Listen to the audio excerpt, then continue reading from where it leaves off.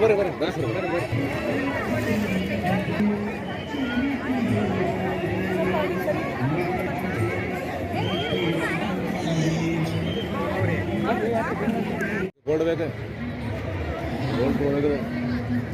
ಏ ಆ ಮೆರವಣಿ ಬಂದಾಗ ತೊಗೋಬೇಕು ನಮ್ಮ ಈ ಮೆರವಣಿಗೆ ಹೋಗ್ತಾರಲ್ಲ ಬೋರ್ಡ್ ಗಿಡ ಅಂತ ಹೋಗ್ತು ಅವಾಗ ಬರ್ತವೆ ಎಲ್ಲ ತೊಗೋಬೇಕಪ್ಪ ಬಿಟ್ಟಿಗೆ ಈಗ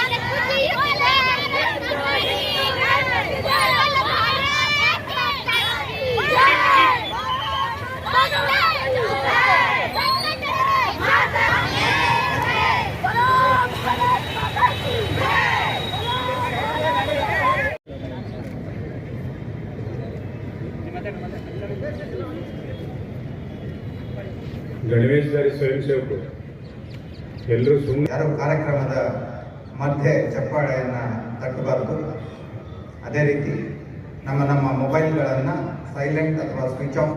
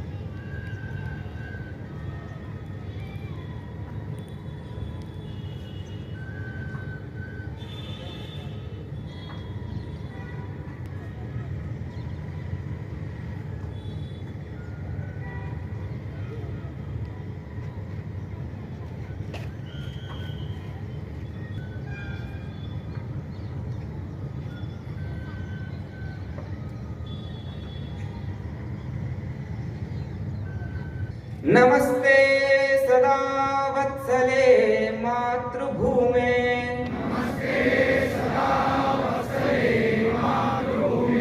त्वया हिन्दुभूमे सुखं वर्धितोऽहम्,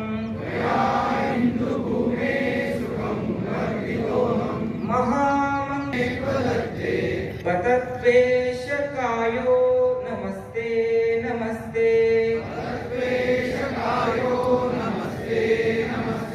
प्रभो शक्तिमन् हिन्दुराष्ट्राङ्गभूता,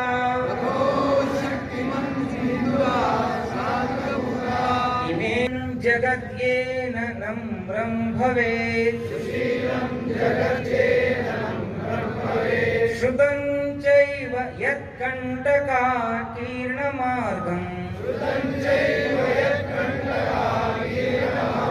स्वयं स्वीकृतन्नः सुगङ्कारयेत्, समुत्कर्ष निःश्रेयसस्यैकमुग्रम्,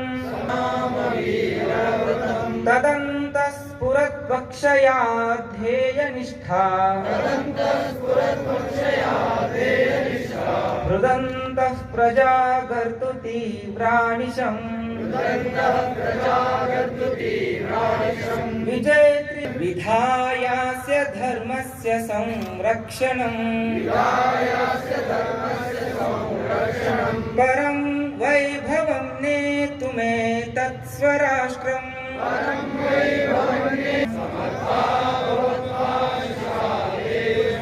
भारत माता की जय.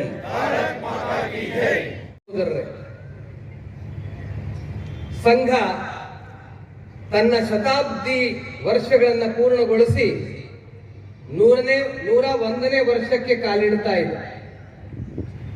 ವ್ಯಕ್ತಿಯ ಜೀವನದಲ್ಲಿ 100 ವರ್ಷ ಬದುಕೋರು ಕೆಲವರು, ಅದು ಬಹಳ ದೀರ್ಘವಾದದ್ದು. 100 ವರ್ಷ ಬದುಕಿದರೆ ಶತಾಯುಷಿ ಅಂತ ಕರೀತಾರೆ. ಆದರೆ ಒಂದು ಸಾಮಾಜಿಕ ಸಂಘಟನೆಯ ಜೀವನದಲ್ಲಿ 100 ವರ್ಷ ನಿರಂತರವಾಗಿ ಬೆಳೀತಾ ಮುಂದಕ್ಕೆ ಹೋಗೋದು ಬಹಳ ದೊಡ್ಡದಾದಂತ ಕಾರ್ಯ. ಆ ಕಾರ್ಯವನ್ನ ರಾಷ್ಟ್ರೀಯ ಸ್ವಯಂ ಸೇವಕ ಸಂಘ ಪೂರ್ಣಗೊಳಿಸ್ತಾ ಇದೆ. ಸಂಘ ಪ್ರಾರಂಭಗೊಂಡಾಗ ಸಂಘ ಸಂಸ್ಥಾಪಕ ಡಾಕ್ಟರ್ ಹೆಡ್ಗೇವಾರ್ ಅವರು ಶತಾಬ್ದಿಯ ಕಲ್ಪನೆಯನ್ನೇ ಇಟ್ಕೊಂಡಿರಲಿಲ್ಲ. ಉತ್ಸವವನ್ನು ಆಚರಣೆ ಮಾಡಬೇಕು, ಶತಾಬ್ದಿಯನ್ನು ಆಚರಿಸಬೇಕು, ಸಂಘದ ಹೆಸರು ಎಲ್ಲ ಕಡೆ ವ್ಯಾಪಿಸಬೇಕು ಅನ್ನುವ ಚಿಂತನೆ ಡಾಕ್ಟರ್ ಹೆಡ್ಗೇವಾರದ್ದು ಆಗಿರಲಿಲ್ಲ.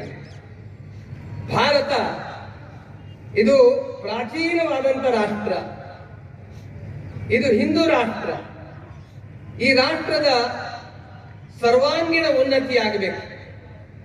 ನಮ್ಮ ದೇಶವನ್ನ ಬ್ರಿಟಿಷರು ಆಳ್ತಾ ಇದ್ದಾರೆ. ಅವರನ್ನ ಈ ದೇಶದಿಂದ ಓಡಿಸಿದ್ರೆ ಮಾತ್ರ ಸಾಲದು. ಅವರು ಇಲ್ಲಿಗೆ ಬಂದು ತಮ್ಮ ಬೇರನ್ನ ಬೆಳೆಸ್ಕೊಳ್ಳಿಕ್ಕೆ ಕಾರಣವಾದಂತ ಎಲ್ಲ ಸಂಗತಿಗಳಿಂದ ಭಾರತ ಮುಕ್ತವಾಗಬೇಕು. ತನ್ನೆಲ್ಲ ದೋಷಗಳನ್ನ ದೂರ ಮಾಡಿಕೊಂಡು ಸಶಕ್ತವಾಗಿ ಸಂಘಟಿತವಾಗಿ ಸಮಾಜ ಎದ್ದು ನಿಲ್ಲಬೇಕು ಅನ್ನುವ ಕಲ್ಪನೆಯನ್ನು ಇಟ್ಕೊಂಡು ರಾಷ್ಟ್ರೀಯ ಸ್ವಯಂ ಸೇವಕ ಸಂಘದ ಕಾರ್ಯವನ್ನು ಡಾಕ್ಟರ್ ಹೆಡ್ಗೇವಾರ್ ಪ್ರಾರಂಭ ಮಾಡಿದರು 1925ರಲ್ಲಿ. ಮುಳ್ಳನ್ನ ಮುಳ್ಳಿನಿಂದಲೇ ತೆಗಿಬೇಕು ಅಂತ ಬ್ರಿಟಿಷರ ವಿರುದ್ಧ ಶಸ್ತ್ರವನ್ನ ಹಿಡಿದು ಹೋರಾಟ ಮಾಡ್ತಾ ಇದ್ದಂತಹ ಉಗ್ರಗಾಮಿಯ ಅನುಶೀಲನ ಸಮಿತಿಯಲ್ಲೂ ಪ್ರಮುಖ ಪಾತ್ರ ವಹಿಸಿ ಕೆಲಸ ಮಾಡಿದವರು.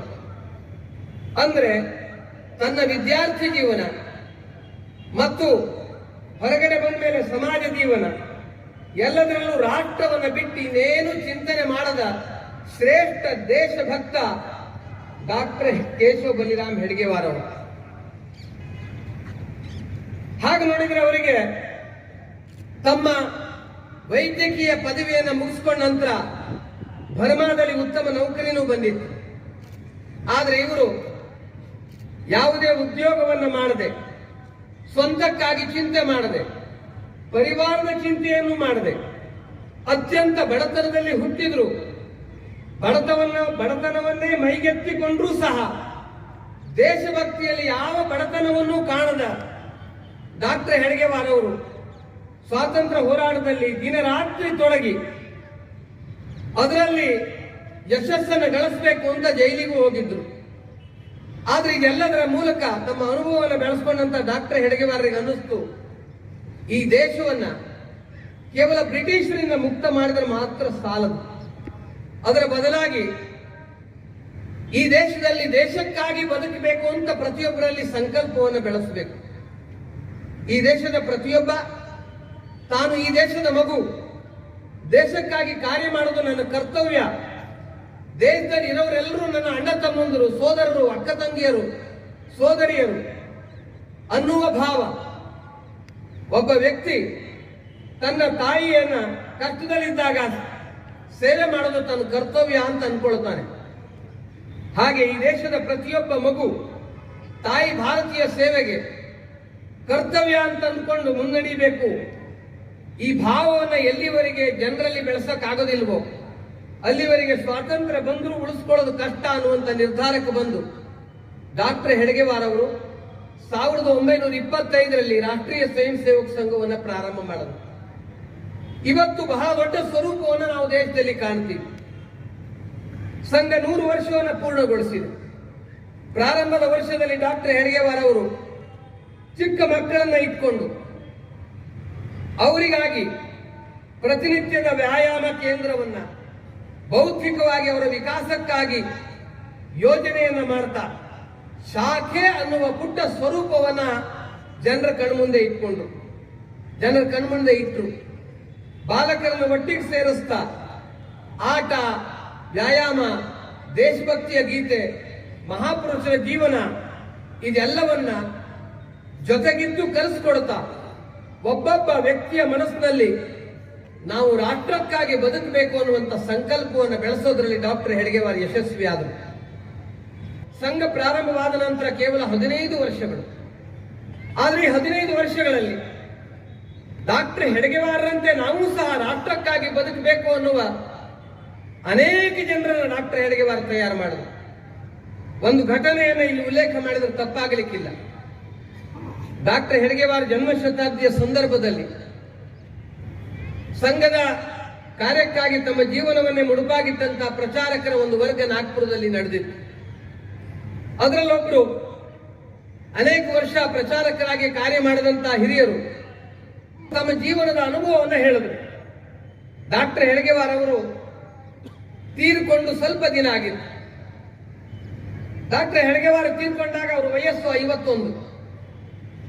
ಆದರೆ ಅವರಿಂದಾಗಿ ತಯಾರಾದಂತಹ ಮಕ್ಕಳ ವಯಸ್ಸು 15, 16, 13, 14. ತಂದೆಯನ್ನು ಕಳ್ಕೊಂಡಂತೆ ದುಃಖಿತರಾದಂತಹ ಎಲ್ಲ ಬಾಲಕರು ಒಂದು ಮನೆಯಲ್ಲಿ ಮಹಡಿ ಮೇಲೆ ಕೂತ್ಕೊಂಡು ಡಾಕ್ಟರ್ ಹೆಡಗೇವಾರ್ ಫೋಟೋ ಇಟ್ಕೊಂಡು ಅಳ್ತಾ ಇದ್ರು. ಆ ಮನೆಯ ತಾಯಿ ಹುಡುಗರು ಏನ್ ಮಾಡ್ತಾ ಇದ್ದಾರೆ, ಯಾಕೆ ಅಳ್ತಾ ಇದ್ದಾರೆ ಅಂತ ನೋಡ್ಲಿಕ್ಕೆ ತಮ್ಮ ಗೆಳತಿಯ ಜೊತೆಗೆ ಮೇಲಕ್ಕೆ ಬಂದರು. ಡಾಕ್ಟರ್ ಹೆಡಗೇವಾರ್ ಯಾವುದಕ್ಕಾಗಿ ಬದುಕಿದ್ರು ಆ ಬದುಕು ನಮ್ಮದಾಗಬೇಕು. ಇದೇ ನಾವು ಡಾಕ್ಟರ್ ಹೆಡಗೇವಾರರಿಗೆ ಸಲ್ಲಿಸುವ ಶ್ರದ್ಧಾಂಜಲಿ ಅಂತ ಹೇಳಿದ. ಆ ಬೈಠಕ್ನಲ್ಲಿ ಇದ್ದವರೆಲ್ಲರೂ ಸಂಘಕ್ಕಾಗಿ ತಮ್ಮ ಜೀವನವನ್ನು ಸಮರ್ಪಣೆ ಮಾಡ್ತಾ ಮುಂದಕ್ಕೆ ಬಂದರು. ಈ ರೀತಿ ಪ್ರತಿಯೊಬ್ಬರು ನಾನು ಡಾಕ್ಟರ್ ಹೆಡಗೇವಾರರಂತೆ ಆಗಬೇಕು, ನಾನು ದೇಶಕ್ಕಾಗಿ ಬದುಕಬೇಕು, ನನ್ನ ವ್ಯಕ್ತಿತ್ವವನ್ನು ಅರಳಿಸಿಕೊಳ್ಳಬೇಕು, ನನ್ನ ಎಲ್ಲ ದೋಷಗಳನ್ನು ದೂರ ಮಾಡಿಕೊಂಡು ರಾಷ್ಟ್ರ ಹಿತಕ್ಕಾಗಿ ಎಲ್ಲ ಸದ್ಗುಣಗಳನ್ನ ಸಂಘಟನೆಯನ್ನು ಕಟ್ಟಲಿಕ್ಕೆ ಬೇಕಾದಂತಹ ಕುಶಲತೆಯನ್ನ ಕಲ್ತ್ಕೊಳ್ಬೇಕು ಅಂತ ಪ್ರಯತ್ನದಲ್ಲಿ ತೊಡಗಿದರು. ಒಂದಿದ್ದಂತ ಶಾಖೆ 2 ಆಯ್ತು, 4 ಆಯ್ತು, 10 ಆಯ್ತು. ಕೇವಲ ನಾಗ್ಪುರದಲ್ಲಿದ್ದಂತಹ ಕಾರ್ಯ ಸಂಪೂರ್ಣ ಮಹಾರಾಷ್ಟ್ರದಲ್ಲಿ ಬೆಳೀತು, ದೇಶ ತುಂಬ ಬೆಳೀತು. ಇವತ್ತಿನ ಪಾಕಿಸ್ತಾನದ ಭಾಗದಲ್ಲೂ ಸಂಘದ ಕಾರ್ಯ 45-46 ಹೊತ್ತಿಗೆ ವಿಸ್ತಾರಗೊಳ್ಳಿತು. ಹೀಗೆ ಸಂಘದ ಕಾರ್ಯ ಎಲ್ಲ ಕಡೆ ಪ್ರಾರಂಭವಾಯಿತು, ನಮ್ಮ ವಿಜಾಪುರಕ್ಕೂ ಬಂತು. ಹೀಗೆ ದೇಶದ ಮೂಲೆ ಮೂಲೆಗಳಲ್ಲಿ ಸಂಘ ಕಾರ್ಯ ವಿಸ್ತಾರವಾಗುತ್ತಾ ಹೋಯಿತು. ಒಬ್ಬರಾಗಿದ್ದಂತ ಡಾಕ್ಟರ್ ಹೆಡಗೇವಾರ್ ತನ್ನಂತೆ ಬದುಕುವ ಸಾವಿರಾರು ಕಾರ್ಯಕರ್ತರನ್ನ ತಯಾರು ಮಾಡ್ತಾ ತಮ್ಮ ಜೀವನದಿಂದ ನಿರ್ಗಮಿಸಿದರು. ಅದಾದ ಮೇಲೆ ಅವರ ವ್ರತವನ್ನು ಸ್ವೀಕರಿಸಿದಂತ ಪರಮಪೂಜ್ಯ ಗುರುಜಿ ಗೋಳವಲ್ಕರ್ ಅವರು ಇದೇ ಕಾರ್ಯಕ್ಕಾಗಿ ದೇಶ ತುಂಬ ಚೆನ್ನಾಗಿ ಓಡಾಡಿ ಕಾರ್ಯವನ್ನು ಇನ್ನಷ್ಟು ಬೆಳೆಸಿದರು. ಹೀಗೆ ಸಂಘ ಕಾರ್ಯ ಬೆಳೀತಾ ಹೋಯಿತು. ಸಂಘದ ಕಾರ್ಯ ಬೆಳೆಯುವಾಗ ಸುಗಮವಾಗಿ, ಸುಲಲಿತವಾಗಿ, ಸುಲಭವಾಗಿ ಬೆಳೆಯಲಿಲ್ಲ. ಅದರ ಬದಲಾಗಿ ಇದರ ಹಿಂದ್ಗಡೆ ಬೆವರಿದೆ, ಇದರ ಹಿಂದ್ಗಡೆ ಬಲಿದಾನ ಇದೆ, ಇದರ ಹಿಂದ್ಗಡೆ ಪರಿಶ್ರಮ ಇದೆ, ಇದರ ಹಿಂದ್ಗಡೆ ತ್ಯಾಗ ಇದೆ. ಇದನ್ನೆಲ್ಲವನ್ನು ಅರ್ಥ ಮಾಡಿಕೊಳ್ಬೇಕು. ಯಾವುದೇ ಒಂದು ಸಂಘಟನೆ ಬೆಳಿಬೇಕಾದ್ರೆ ಪ್ರಾರಂಭದಲ್ಲಿ ಉಪಹಾಸವನ್ನ ನೋಡಬೇಕಾಗುತ್ತೆ. ಇದೇನು ಮಾಡಬಹುದು? ಪ್ರಾರಂಭದಲ್ಲಿ ಡಾಕ್ಟರ್ ಹೆಡಗೇವಾರ್ ಸಂಘವನ್ನ ಪ್ರಾರಂಭ ಮಾಡಿದಾಗ ಕಬಡ್ಡಿ ಆಡಿದ್ರೆ 4 ಜನ ಕಬಡ್ಡಿ ಆಡಿದ್ರೆ ದೇಶ ಉದ್ಧಾರ ಆಗತ್ತೇನು ಅಂತ ಮಾತಾಡ್ತಿದ್ರು. ಡಾಕ್ಟರ್ ಹೆಡಗೇವಾರ್ಗೆ ಗವಾರೋಂಕ ಹೆಡ್ ಅಂತ ಹೇಳ್ತಿದ್ರು, ಮೂರ್ಖರ ಮುಖ್ಯಸ್ಥ ಅಂತ ಹೇಳ್ತಿದ್ರು. ಆದ್ರೆ ಡಾಕ್ಟರ್ ಹೆಡಗೇವಾರ್ ಇದು ಯಾವುದರ ಚಿಂತೆ ಮಾಡಲಿಲ್ಲ. ಜನ ನಕ್ಕಾಗ, ತಿರಸ್ಕಾರ ಮಾಡಿದಾಗ, ಉಪಹಾಸ ಮಾಡಿದಾಗ ಇದು ಯಾವುದನ್ನು ಲೆಕ್ಕಿಸದೆ ಇವತ್ತು ಜನರಿಗೆ ತಿಳಿದಿಲ್ಲ, ನಾಳೆ ತಿಳಿದಿತ್ತು ಅನ್ನುವಂತಹ ಒಳಗಿನ ಹೃದಯದ ಆತ್ಮವಿಶ್ವಾಸ, ಪುರುಷಾರ್ಥದ ಪ್ರಯತ್ನ, ಅದರ ಮೂಲಕ ಸಂಘಟನೆಯನ್ನು ಕಟ್ತಾ ಹೋದ್ರು. ಅದರ ಕಡೆ ಸಂಘಟನೆ ವಿಸ್ತಾರವಾದಾಗ ಕೆಲವರಿಗೆ ಅನ್ನಿಸ್ತು, ಯಾರು ಅವಕಾಶವಾದಿಗಳಾಗಿ ಈ ದೇಶವನ್ನ ಜೀವನ ತುಂಬ ನಾವೇ ಆಳಬೇಕು ಮತ್ತು ನಾವು ಹೇಗೆ ಆಳಬೇಕೋ ಹಾಗೆ ಆಳ್ತೀವಿ ಅಂತ ಯೋಚನೆ ಮಾಡಿದವರು. ಸಂಘಟನೆ ನಮಗೆ ತೊಂದರೆ ಕೊಡಬಹುದು, ನಾಳೆ ನಮಗಿದು ಪ್ರತಿಸ್ಪರ್ಧಿ ಆಗಬಹುದು ಅಂತ ಅನ್ನಿಸಿ ಸಂಘಟನೆ ಬೆಳೀತಾ ಇದ್ದಂತ ಸಂಘಟನೆಯನ್ನ ಮಟ್ಟ ಹಾಕಲಿಕ್ಕೆ ಅವಕಾಶಕ್ಕಾಗಿ ಕಾಯ್ತಾ ಇದ್ರು.